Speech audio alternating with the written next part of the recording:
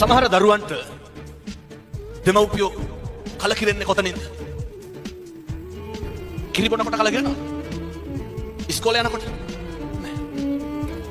අවුරුදු 25ක් විතර බත් අම්බලා දෙනකන් කලකිරෙන්නේ නෑ. ඒ අවුරුදු 25 මතකත් නෑනේ. අවුරුදු 25න් පස්සේ අපූර්වට කියනවා හාමුදුරුවනේ අපේ අම්මලා වැඩක් නෑ. මගේ මොකද? නැති ඔච්චර අපේ එක්කෙනාට ළමයා හම්බෙලා හිටිය නිකමටවත් ආවේ නෑ. ඕ කලකිරෙන්න හේතුව. අවුරුද්දට දවස් 365යි. වේල් දෙක ගානේ බත් මුට්ටි හැදුවත් අවුරුදු 10ට බත් මුට්ටි 7යි. බත් මුට්ටි 20000ක් විතර ගෙදර තම්බලා තියෙනවා. අම්මා තාත්තා කලකිරෙනවා මොකටද? ළමයින්ගේ දරුවා හදන්න ආවේ නෑ කියලා. ඕක කලකිරෙන්න ඕනද?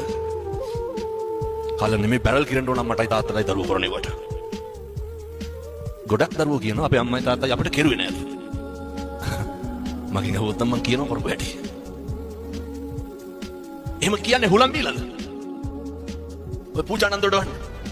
මේ පැතිවල ළමයි එහෙම නැතුව ඇති මං කියන්නේ බොහෝ පැතිවල එහෙමයි. එහෙනම් මම අර මුලින්ම කිව්වේ ඔය හැම එකක්ම වෙනස් වෙනවා. හැබැයි අම්මයි තාත්තයි හොඳට බලාගන්න. අම්මගේ තාත්තගේ ආශිර්වාදය හරි වටිනවා.